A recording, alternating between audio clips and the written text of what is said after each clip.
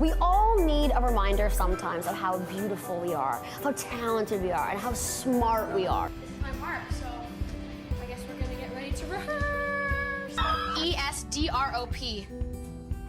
That's correct.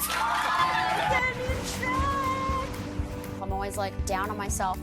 But then you see girls on Twitter who are like, you've inspired me to do this, you've inspired me to do this. I've learned now that like you just have to be yourself. I grew up on a dairy farm. I'm crying now because it just made me realize that like, I think I'm like two different people and I'm supposed to only be one person.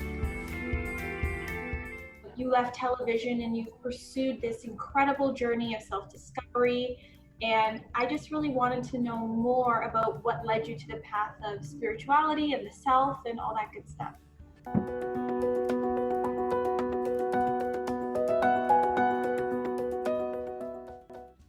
I've been a bit nervous to do this interview because I haven't done an interview in 5 years.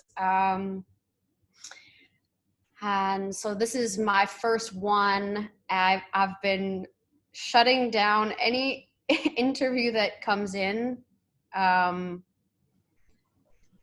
because when I worked in television, there was always a purpose to the interviews. I was signed. Oh my God! In the way that I could hide behind whatever it was I was promoting or whatever I was being interviewed about. But today I feel like I'm being interviewed for just being myself, and that's a little bit intimidating. But on the other hand, I'm so proud of how far I've come, and the past 5 years have been a insane ride of going inwards and analyzing everything about myself in order to become who it is that I want to be. So when I was 12, it was my dream to be a Much Music VJ. I grew up on a dairy farm in Manitoba, and I used to watch some of the VJs on TV, and I thought it was the coolest job in the world, that they got to be on camera and be themselves, which it seemed, and listen to music and interact with the audience and get to interview their favorite celebrities and basically live the life. So that was my dream. And through having the vision and persistence, and I suppose fate in some ways. This is my poster. I'm running to be Much Music's new VJ, and I'm going to win, so you should vote for me. I landed the position of being a Much Music VJ. But I was so happy. Like, it was my dream job, and I got it. Against all odds, it seemed. And I had loads of fun, I will say. I was the biggest fan of Justin Bieber. What is Bieber fever? And with your teeth and hold it. And he was my first really big interview. And I loved that. And I loved being someone for young people to look up to, who had some of the same struggles that I had at their young teen age. So I loved that. I've told myself so many different stories why I left and why I quit.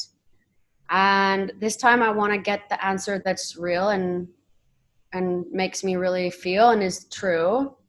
It was all good. I got to be a Canadian celebrity. I got to have my hair done. I got to have my makeup done and nails done and all the outfits and all the celebrity friends and everything, like la la la in the spotlight, which I'm a Leo and I love the spotlight. So it should have been a dream, but it felt like there was more. It just made me realize that, like, I think I'm like two different people and I'm supposed to only be one person. That I wasn't able to access through that role. And so I always wanted more. There was no, it's like I didn't have a cap on when I would be satisfied. And when you don't have a cap on, here's the mark, and when I hit the mark, I'll be satisfied, you can never be satisfied because you get to this point and then it's like the ceiling just gets higher and then you're just going. So I thought, I didn't know at the time that what I want, and I believe every human being on the planet wants more than anything deep down, is to be happy. But I didn't know that. So I thought if I had more Instagram followers, I would be happy, successful. I could kick the feeling of there's more. Like if I could just get there, then this feeling of like, I knew there was more. So if I get more followers, I'll be happy. If I get, this bigger interview, if I could maybe be if I could be Phoebe, like the most famous, inspirational person that just by existing, everyone can change their own life and be happy. If I could just be on this pedestal, then I could reach this place of feeling like free or out of the egg shell. It felt like I was like trapped in an egg. It was an interesting time because as TV was dying, I was also feeling like there was more. So we kind of just split apart. A huge layoff happened in the building where like 300 or something, I could be wrong with the numbers, but they got laid off. And I thought, well, this is perfect. When they lay me off, I can get a severance pay and then I can take the money and I can get out of here and follow whatever it is that I'm being pulled towards. So I got called into the office and sat down and they said, we have great news for you. We have fired these people and we want to keep you on as a host. I didn't actually want to stay.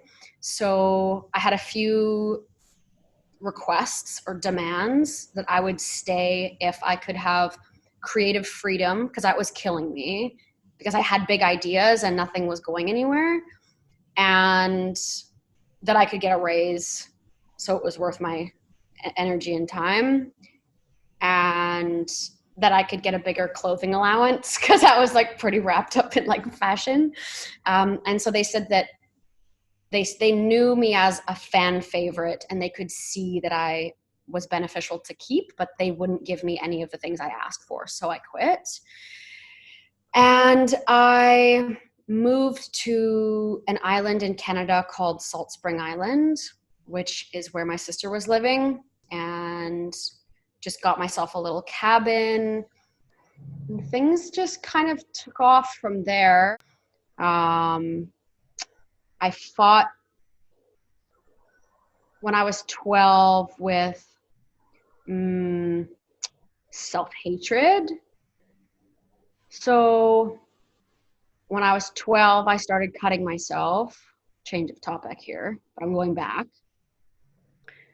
And that's when I started hearing voices telling me that I was fat and that I was ugly and that I was not good enough and that no one liked me. And so I dealt with those voices that grow stronger and stronger. I almost call it like a possession, that you become it. So I feel now I'm coming out of it.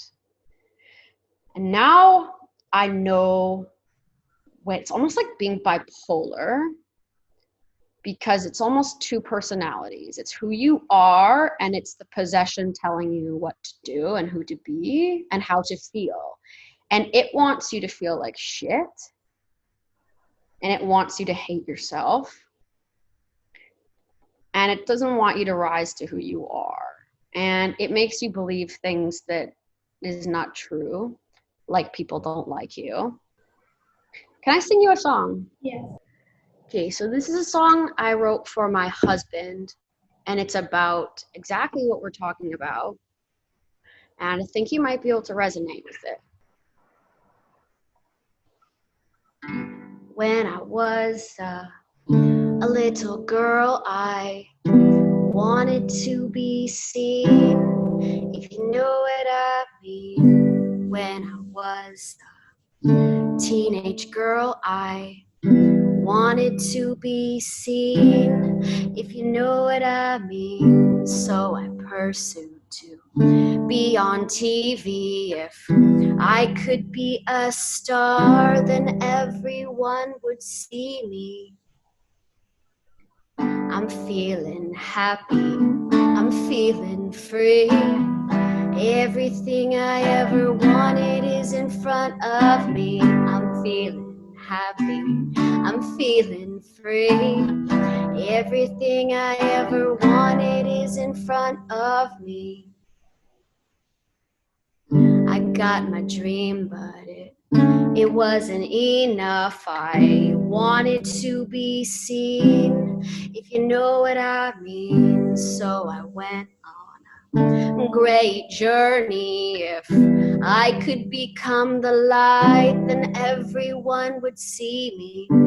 But this journey, it wasn't easy. I seen some scary ass shit, and it turned out to be me. But I'm feeling happy, I'm feeling free. Everything I ever wanted is in front of me. I'm feeling happy, I'm feeling free. Everything I ever wanted is in front of me.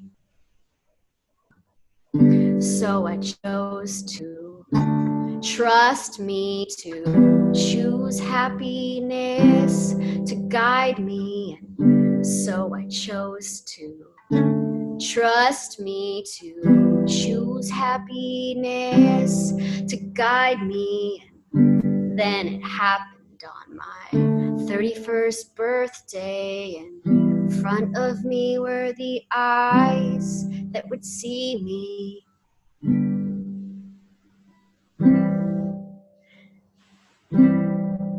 If you know what I mean. That was beautiful. So the point of the song is, when I was a little girl, I felt like people didn't like me, but at the same time, I wanted to be seen. And I felt like if people could really see who I am, that they would like me. It's kind of contradicting, but I felt when I was little, I just want to be seen, you know? And when I was a teenager, I'm like, I just want to be seen. And so then I pursued to be on TV, so then I could be seen. And I felt like if I was on TV, then everyone would have to like me. Seems like a lot of people that are celebrities or in the limelight actually struggle the most with self-love.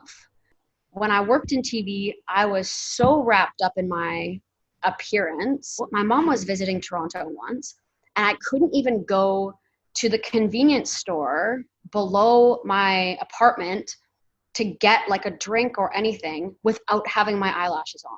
Because with all of the things on, the makeup and everything, then I knew who I was because I was playing a character. Everything was a process. So even not wearing eyelashes, and then slowly it was not wearing makeup, slowly letting go of these things.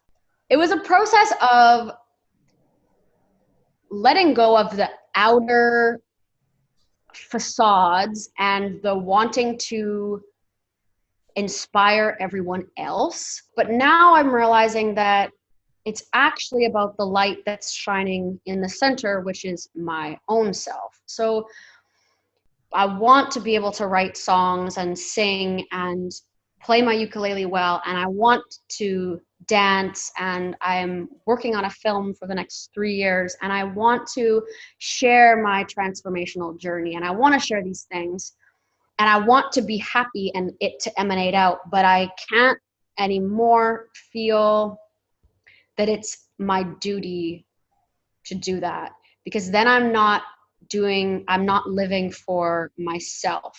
Now you're interviewing me and your station is about inspiring.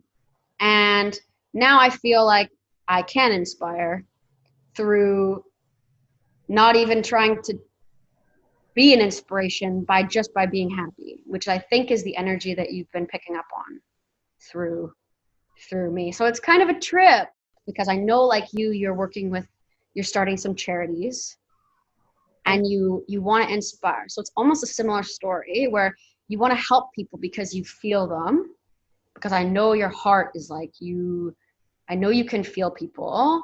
And so you want to help people, but I feel it's like first bringing it back and cultivating self-love, which is where the light is brightest. And it's easy to say, like, just love yourself. It's like all the spiritual guru people are like, just love yourself. And yeah, that is a key. You need to, but it's not, they don't really tell you how to do it. They just say, just love yourself. How are you supposed to love yourself when there's voices telling you that you suck? How do you begin to fight that? So that's what my journey has been for the past 2 years specifically. And feeling who I am truly, so when these voices come in, I'm present enough and anchored enough in my center to be able to say, I'm actually not these bad things, and I can do anything that I want, you know? Like, even for myself, like, I struggle with self-love. I could really high moments and feel really, really, really great. And then suddenly it's like something so small, it's like a flip of a switch. And then I suddenly feel defeated again, and I just can't bring myself up again. And then I feel like I'm in this rut. And then in some moments I can take myself out of it, and I'm like, you know what? No, I'm human. I don't need to be okay. But then I end up dwelling again. And then it's like this vicious cycle over and over and over. Tool that I'm finding helpful is if you can look at self-love as pride. And I know there's some contradiction around pride, because people feel like you need to be humble, and pride. It's weird because people will say, like, be proud, but don't be too proud, because then you're arrogant. So people are telling you to be proud and to be humble at the same time, which is kind of a contradiction. But I'm finding that if you can look at self-love and pride as the same thing, that whenever you're not feeling self-love, to do something that makes me feel proud versus comfortable and safe. Take this interview, for example. When you asked to interview me, I said no. I said I would buy myself some time. Message me in the spring. I've been doing my own self-work. I haven't been out. I've been in. So I was scared. So the email comes in. Rebecca wants to do an interview with me. Here she is again. Okay, great. Now, constantly in our life, we're being faced with choices. Everything, everywhere we go, you have to make a choice all the time, constantly. So when you're put in a place where you have to make a choice, so inside of my palm is do the inspirational interview with Rebecca from Toronto, sweetheart, who are pretty much on a similar journey. Do an interview with her. Okay. This hand is saying, do what makes you feel comfortable and safe. And this hand is saying, do what would make you feel proud, even if it's scary, which is doing this interview and being raw and truthful with you. Like, it's so obvious that making the choice that's scarier, that will make you feel proud, is when you feel more self-love, because you can either carry yourself like this or you can carry yourself like this. And the more you can make the choice of doing what makes you feel proud in everything you do, that's how you stand up, and that's how you can feel proud. It's about constantly living in a place where every choice is like, should I do this one, or should I do this one, or should I do this one, essentially. And when you do this one, then you're on the path to self-love, which essentially is where you want to be, and everything starts unfolding and you feel good. Like, I feel good now, even just telling you the story, because I feel proud that I'm reminding myself that I made the choice that was scarier. I couldn't agree more with you. I think that taking that chance on yourself is hard for everybody, some more than others, but I think really getting out of your comfort zone, like you mentioned, and I'll be honest too, like even doing this interview with you, I reached out to you, but I didn't think in a million years you'd ever say yes. So when you said no in the beginning, you couldn't, I was bummed, but I felt that's what I had deserved, because I didn't feel worthy of enough of that. I personalized that, and I thought it was a me issue, and it wasn't even that it was a you issue. It was, I thought all these different things, and I came up with this conclusion that justified what I felt. And anyways, I kind of went into the weeds there, but I get what you're saying. I completely resonate with that, and I think a lot of people would too. It was your email to me telling me your story that made me say yeah, because I felt you, and I felt like, holy, this girl is, you said it yourself, but going through a similar journey as I did with television, and feeling like you wanted more.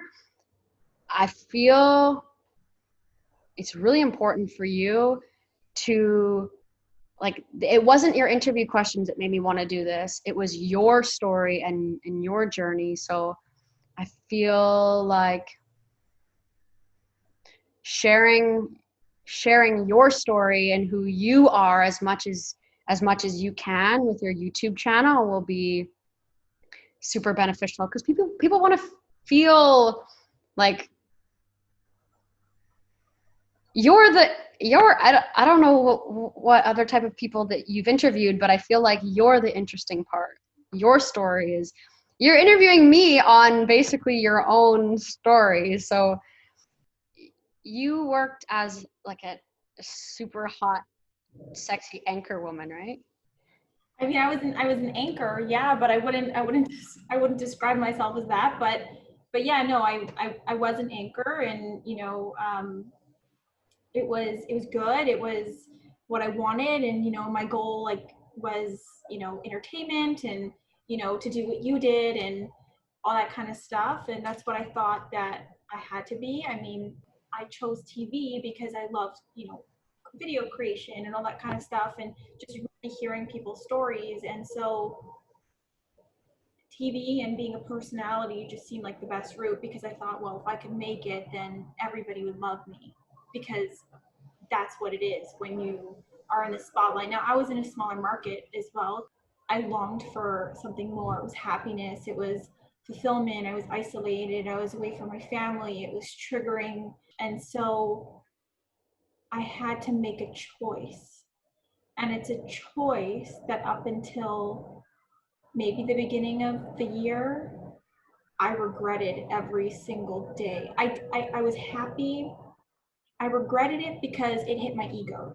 I feel like if I had known what I know now, or had been on a different journey then, and I had really focused on being happy first and then doing into it and then went into it, I think the outcome would have been different. But doing this, I can I want to help people in an inspiring way and do all that kind of stuff. I think it's what people like about me is exactly what you're saying. It's the truth of your own perception of your reality, what's happening for you, you know? I hope you better not edit this out, I'm gonna get you. Like I was telling you earlier before we started to record, is I'm noticing now is almost stages, because when I first quit, I had moments of regretting it because that's who I was and what do I have now, and people are writing me to do interviews with me. What are you working on now? What are you working on now? Like, are you gonna be a musician, or are you gonna be like just doing something else in TV? Like, what are you doing? And I'm like, I'm not focusing on the outer world. So I felt like I was nothing. And so that was the first stage of almost regretting it. Like, what have I done? I gave up my dream. How could I? And when it's funny enough, the day I quit, the head of the company was scared when I said I was going to quit. Obviously, his fear came up, and the first thing he said was, "You'll never make it without us. You won't be anything without us." So I did go through a phase of what have I done? It's almost like stages of grief, like grieving my old self, because in this next stage, I thought she was awful. So I wrote a song. It's called Who Do I Want to Be? I wrote it in the jungle. I basically went back and I hated on myself for being in TV. I thought I was fake. I wore fake hair and fake nails, and I had a fake smile. So in that song, I'm hating on that version of myself, which is awful. It's fine. The song is now teaching me that I did that. I don't know. But it feels better to give gratitude, especially if you're on a journey of transformation, like the butterfly kind of journey. I give thanks to that part of me. And now, if you're wondering where I'm at now, is now I'm just essentially wanting to be happy, and that's my number one priority. Vulnerability has been a huge key for myself lately, because when I'm vulnerable, I imagine like my heart being kind of like stabbed open a little bit. And when I'm able to be vulnerable, then other people can feel me. And so I'm finding that you said the vulnerability kind of scares you, but I think that could be a key for you to set you apart from other people on YouTube, is going into your vulnerability. And it was your vulnerability that brought me to do this interview, because otherwise I didn't want to. But you shared yourself, your heart, and it made me feel you. I fully felt you. I sat on the couch, my eyes puffed up, started to water, and I was like, kept reading, and I was just felt like I was in a like spiritual experience. I was like, oh my God. Oh, and I was like, my husband, I was like, you have to, I read it to him. I was like, I feel this girl. This morning I was dancing in my room, because I was like, I feel you. And last night I was playing my ukulele in bed, and my husband's like, what's wrong? And I was like, I'm freaked out. Like, I don't know. I hope I have the right words for this like girl. And because I could feel you, because you ripped your heart open in that email. So I guess that's what I want to leave you with, is like, vulnerability is key, baby. So don't close that up. Well, I feel like in some ways we're like copy and paste. And I've been drawn to you ever since, like, you know, since I have watched you. And back then I didn't really know much about like energy and things like that. And I didn't really think, but there was like this longing, and kind of like it just felt so familiar. And so to be here now is it's funny how things turn out. Thank you so much. It was so nice. Okay, bye. Yeah. Bye. I'm feeling happy, I'm feeling free. Everything I ever wanted is in front of me. I'm feeling happy, I'm feeling free. Everything I ever wanted is in front of me. Then it happened on my 31st birthday. In front of me were the eyes that would see me. If you know what I